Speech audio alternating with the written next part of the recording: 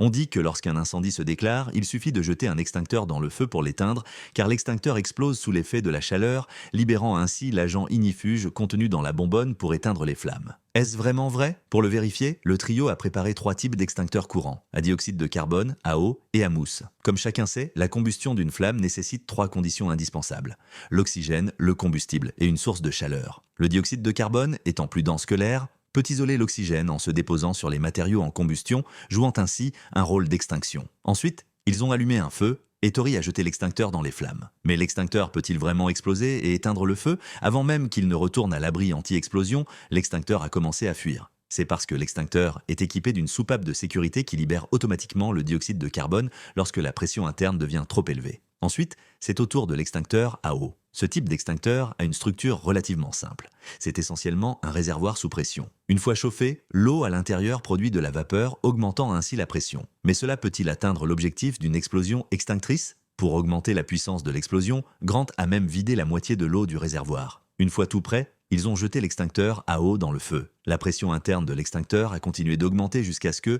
après 9 minutes de chauffage, l'extincteur se fissure soudainement et s'envole comme une petite fusée. Mais le feu n'a toujours pas été éteint. Finalement, ils ont jeté l'extincteur à mousse dans le feu. Alors que les trois se préparaient à jouer aux cartes, l'extincteur a soudainement explosé et les flammes se sont éteintes. Cependant, ils ont ensuite découvert que le feu n'avait pas été éteint par l'agent ignifuge, mais parce que le combustible avait été projeté par l'explosion. Fidèles à leur esprit expérimental, sans relâche, ils ont décidé de pousser l'expérience plus loin. Grant a donc retiré la soupape de sécurité de l'extincteur à dioxyde de carbone pour voir si cela pouvait produire l'effet décrit dans la rumeur. Alors que le feu continuait de brûler, la pression à l'intérieur de l'extincteur augmentait sans cesse jusqu'à ce que, après 4 minutes de chauffage, l'effet explosif attendu soit enfin obtenu. Non seulement le feu a été éteint à nouveau, mais la bonbonne a également été projetée au loin. Cependant, cette méthode d'extinction est extrêmement dangereuse, donc tout le monde doit utiliser les extincteurs correctement.